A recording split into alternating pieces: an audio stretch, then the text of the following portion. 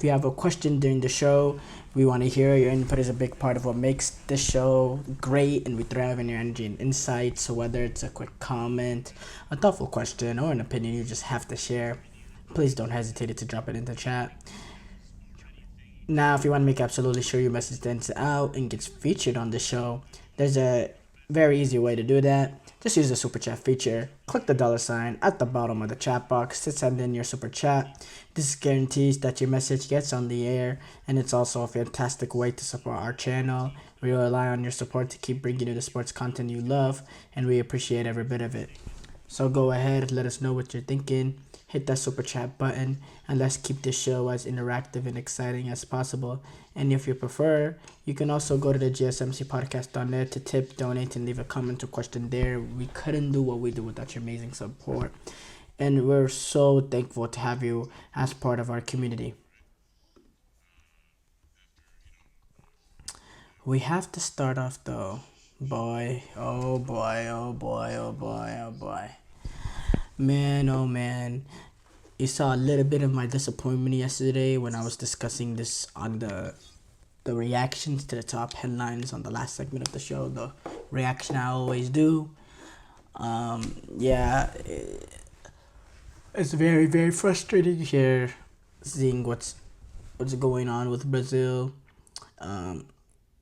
Obviously, I was in a state of shock, sort of reporting there yesterday. I didn't get to watch the game live because I had something else that I was dealing with at that matter. But this morning I was able to sort of rewatch the mediocrity, and it's mediocrity. It's mediocrity there from the Brazilian national team. No real cutting edge, no real Brazilian spirits, no Jogo Bonito within this team.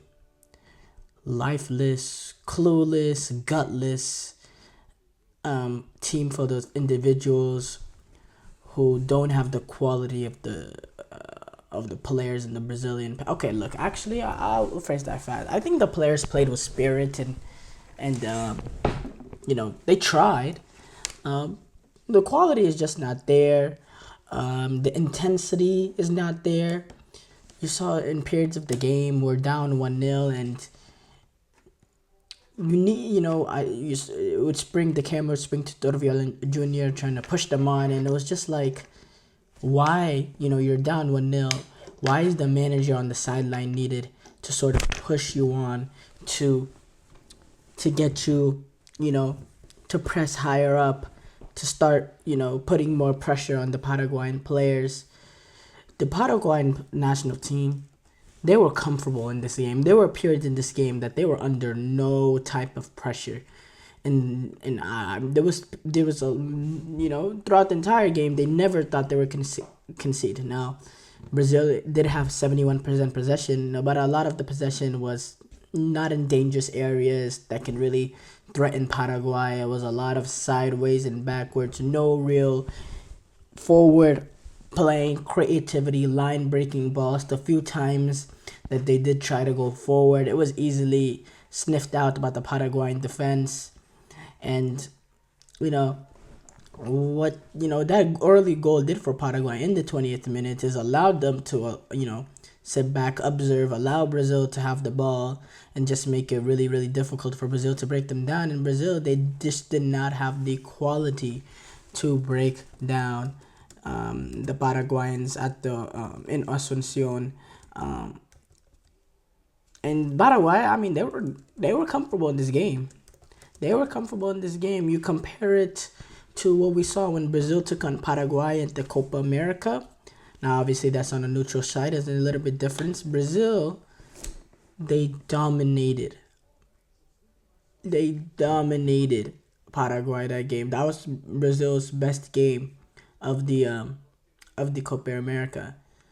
This was just completely lackluster, and this is their 4th defeat in their last 5 World Cup qualifiers. Ladies and gentlemen, the Brazilian national team has lost more games. Through 8 games, have lost more games than they've won. Through 8 games, they have 3 wins, 1 draw, and 4 losses. That is abysmal, and they find themselves currently fifth place in CONCACAF, slightly ahead of Venezuela just based on goal difference. And they find themselves a point away from being potentially eighth. Ladies and gentlemen, it is panic time if you are a fan of this Brazilian national team. This team lacks the world-class ability. Now, look, Vinicius Jr. and Rodrigo, they're looked at as some of the top players in the world, and they play for Real Madrid, and they're part of a Real Madrid team that competes at the highest level in La Liga and Champions League, and they play really, really well, and they're very clutch for their club. For their national team, they're both disgraces. But Rafinha, you're gonna discuss about the Ballon d'Or, and how you deserve to be a nominee. Okay, where is it on the pitch? Why are you talking? Why don't you let your game speak for yourself? Vinicius Jr., him on a Brazil shirt, an absolute disgrace. An absolute disgrace. Him in a Brazilian shirt is beyond disgraceful. I'm talking about a Vinicius Jr. that's looked as one of the best players in the world, and there was, right now he's seen as maybe the best player in the world. When he puts on a Brazilian jersey, nowhere near that player. Nowhere near that a player. There was a few times he tried to stretch the defense, but every time he ran into double teams, and he didn't look like anything was coming from him. He came out with some comments saying he received the ball late. What a load of he receives the ball later than usual on the national team. What a load of BS and excuse making. If that is the case, address it with your teammates. Address it with the manager. I don't want to hear these excuses from Vinicius Jr. His performances for Brazil is not good enough. This is now 36 games, 36 or 35 games, and he only has 5 goals, a goal every 5 games. You compare that to for Real Madrid, where he has 50 goals in 180 appearances, which is a goal in less than every, which is a goal in about, a little bit, not 3 games, but about 3.5 games. A goal in about 3.5.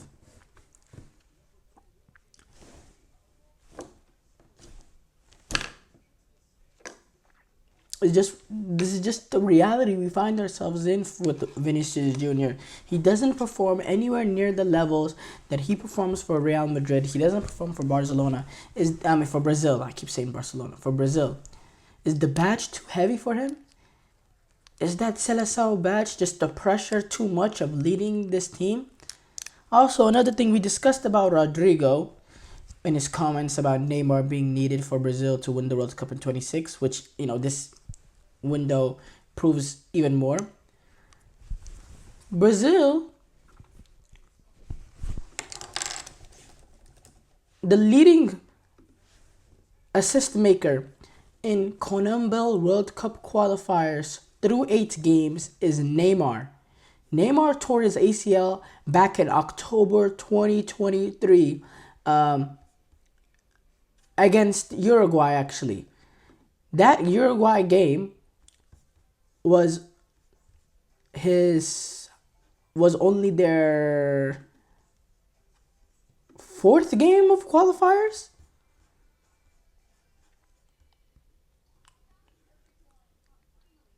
Yeah, that was their 4th game of qualifiers. They're now double that way in. Neymar has played 4 games, half the amount of games that all the other teams have played. And he is still the leading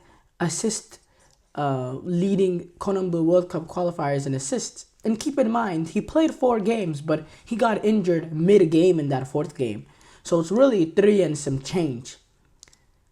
That's how much importance Neymar provides for this Brazilian team. And when you look at the players in the past, the Romarios, the Peles, the Rivaldos, the Ronaldinhos, the Ronaldo Nazarios, the only player that Brazil has had, the Kakas as well, the only player that Brazil has had for the past decade or so that can fit amongst that company is Neymar. He is by far the most creative player that they have. He is their most technical player, and he is the only player that this current Brazilian team has. And yes, I know he's injured, and we don't know what he's gonna be like when he comes back. That's just the given reality with these sort of injuries at the age he's at right now.